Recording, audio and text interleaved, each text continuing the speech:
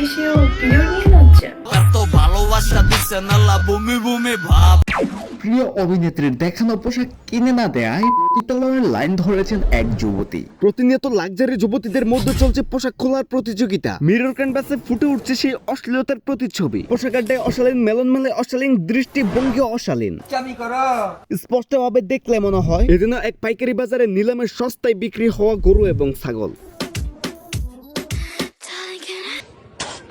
তবে এই যুগের পোলাপাইন সেলিব্রিটিদের বডির ভিতরে এমন ভাবে প্রবেশ করে শুধু একটি মাত্র উত্তর আসে, আজ হি লাস্ট, আর কাবিনে হি কারুঙ্গা। এতই গভীরে ঢোকে কোথায় হাসতে হবে কোথায় কান্না করতে হবে সেটা তারা নিজেরাও জানে না। তখন তাদের কাছ থেকে আনসার আসে, কোথায় হাসতে হবে একটু আন্ডারলাইন করে দিয়েন।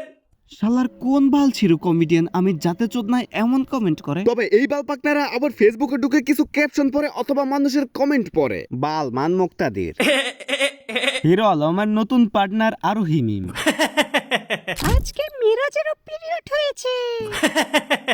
এত ফানি কেন তারা? একজন কমেডিয়ান এত ট্যালেন্ট দেখানোর পরেও তার ভেতরে কোনো প্রকার কন্টেন্টই থাকে না। আর এর মতন সেলিব্রিটিদের কোনো প্রকার ট্যালেন্টের প্রয়োজন নেই, শুধুমাত্র দুটি কন্টেন্ট থাকলেই হয়।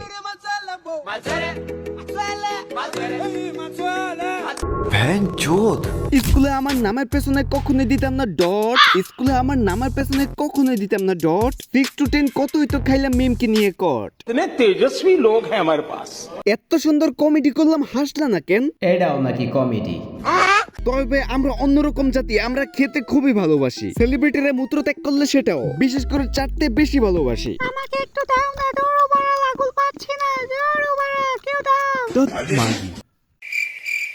তবে সেলিব্রিটিরা মার্কেট টেকানোর জন্য সবকিছুই করতে পারে। আবার কিছু ব্যক্তি সেলিব্রিটি হবার জন্য নিজেকে গরিবের রাজকন্যা সাজিয়ে কক্সবাজার থেকে মাঠেও নামতে পারে। ভাবলাম গরিবের রাজকন্যাকে একটু সাপোর্ট করে আসি, তারপর পেজে গিয়ে দেখি বিগতিক অবস্থা। দেখলাম যে পাবলিক প্লেসে চা বিক্রি করে, এমনকি পাবলিকদের কিছু রিয়াকশনও দেখলাম। ক্ষণিকের জন্য একটু ইমোশনালও হয়ে গেছিলাম। রাত 12টার সময় অন্ধকার থেকে একটি ছোট্ট আওয়াজ আসলো, ভাই ঘুম থেকে কিছু ইনফরমেশন পাইছি। দেখলাম মার্কেট পাইতে না পাইতেই নৃত্য শুরু করছে। হঠাৎ দেখে হাতের মধ্যে আইফোন, তারপর আর বুঝতে আর দেরি নাই, অ্যালেক্স সাজ্জাদ ভাইয়ের হাউরের বাইং ঢুকছে। তবে সেলিব্রিটিদের সাকসেস হওয়ার পেছনে কিন্তু অবদান থাকে সবথেকে বেশি তাদের শারীরিক ক্ষমতার। প্রোডাকশন মানেই যে কন্ডম তা কিন্তু না। দিনের পর দিন, রাতের পর রাত শরীরের গাম জড়িয়ে কাজ করতে হয়। ভাই 1 মিনিট আগে বলেন এগুলো কি বলতে চাচ্ছেন? আমি গাম জড়ানোর কথা বলছি, কিন্তু বিছানায় গাম জড়ানোর কথা বলিনি। শারীরিক শক্তির প্রয়োজন, কারণ ক্লান্ত হয়ে গেলে সঠিক শুটিং করতে পারবে না। এখন আপনি কোনটা ধরবেন আপনার ইচ্ছা। তোর মেয়ে আপনার সমস্যা কোন জায়গায়? আপনারা সঠিকই বলছেন। যদি এই মেয়ে কষ্ট করে ট্যালেন্ট খাটিয়ে 2টা কন্টেন্টে আপলোড করে ভাইরাল হয়ে টাকা ইনকাম করতে পারে, তাহলে ইনারা 2-4 টাকার স্পন্সরের জন্য বিকিনি পড়লে কি হয়? সমস্যা হলে ডিরেক্টর দেখে নিবে। তবে সমস্যা হলো ইনাদেরকে দেখে কিছু সাধারণ যুবতীরা ঝাঁপিয়ে পড়ছে, যেই কারণে সমাজ ধ্বংস হচ্ছে, আর সেই কারণে যুবকরাও চিকন হয়ে যাচ্ছে।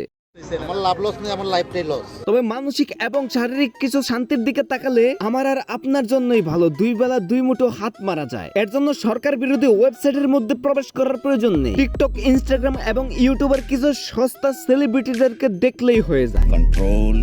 তবে শেষ বিদায়কালে আমি 2টা কথা বলে যাই। এরা নগ্ন হওয়ার পিছনে এরা দায়ী নয়, এদের চিন্তা ভাবনা দায়ী। যুবকরা তাদের দিকে অশ্লীল ভঙ্গিতে তাকানোর জন্য তারা নিজে দায়ী নয়, এমনকি চিন্তা ভাবনাও দায়ী নয়, শুধুমাত্র এটি হরমোনের উত্তেজনা।